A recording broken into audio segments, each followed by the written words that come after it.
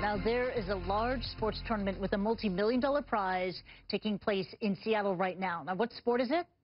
Competitive video games. The International is one of the biggest esports tournaments in the world, and this year it has the largest ever prize pool of $18 million. Now, to give you an idea of just how popular it is, there are already more than 50 million total views on Twitch, the video game streaming site.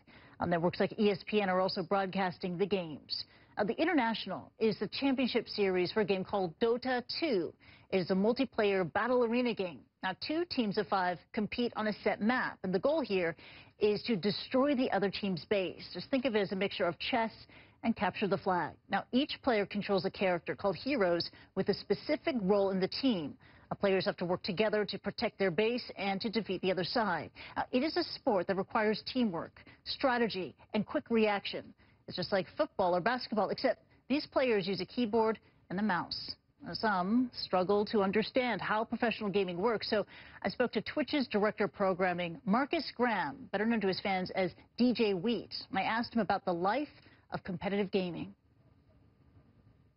A lot of people might think that a professional gamer also has a job that they might be going to or a school, but a professional gamer is just that. They are professional in their craft in that they eat, sleep, and drink video games. In this case, competitive video games.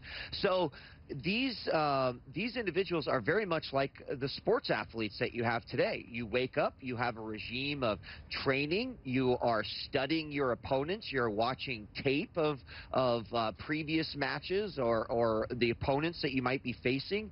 These folks take this job very seriously, and that's what it is. It is a job, and they're just very fortunate enough to be as good at these games as they are. Yeah, there's growing money behind esports, growing professionalism. Let's talk about esports and television. We know recently ESPN has dabbled in broadcasting esports, much to the chagrin of many traditional sports fans and ESPN show hosts who were against it.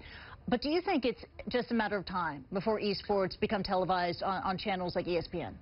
You know, as someone who's been involved with gaming on television before, and someone who's been involved with, gaming and esports now, which takes place on the internet, you're truly talking about a terrestrial audience versus a global audience. And I think when you think about it from that regard, we've got fans this weekend watching the International in China, in all over Southeast Asia, in Latin America, in Japan, all over Europe, in the United States. And this is something that can be experienced that way by all these individuals because it's delivered via a global medium. It's delivered via online media. And I think that because of the nature of competitive gaming and esports, they tend to be really long events. They tend to not necessarily take commercial breaks. There's a lot of non-traditional things that go into the production of one of these large events. So for me personally, I'm not sure that television is the way to go. Where I think that television is important for esports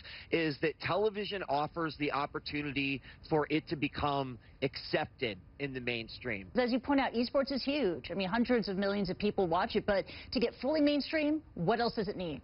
One of the reasons esports has grown so much over the last 3 years is because we have a delivery method for video content that has no boundaries. It doesn't matter where you live. It doesn't matter if you are a player in Pakistan who learns to play. You can be discovered by a team because now people from all around the world are watching individual players around the country. I've been in esports for 15 years, and we lived through an era of about 6 or 7 years where only individual countries really competed against each other. So what the internet has done and what online video has done is it's allowed all of that to kind of come together.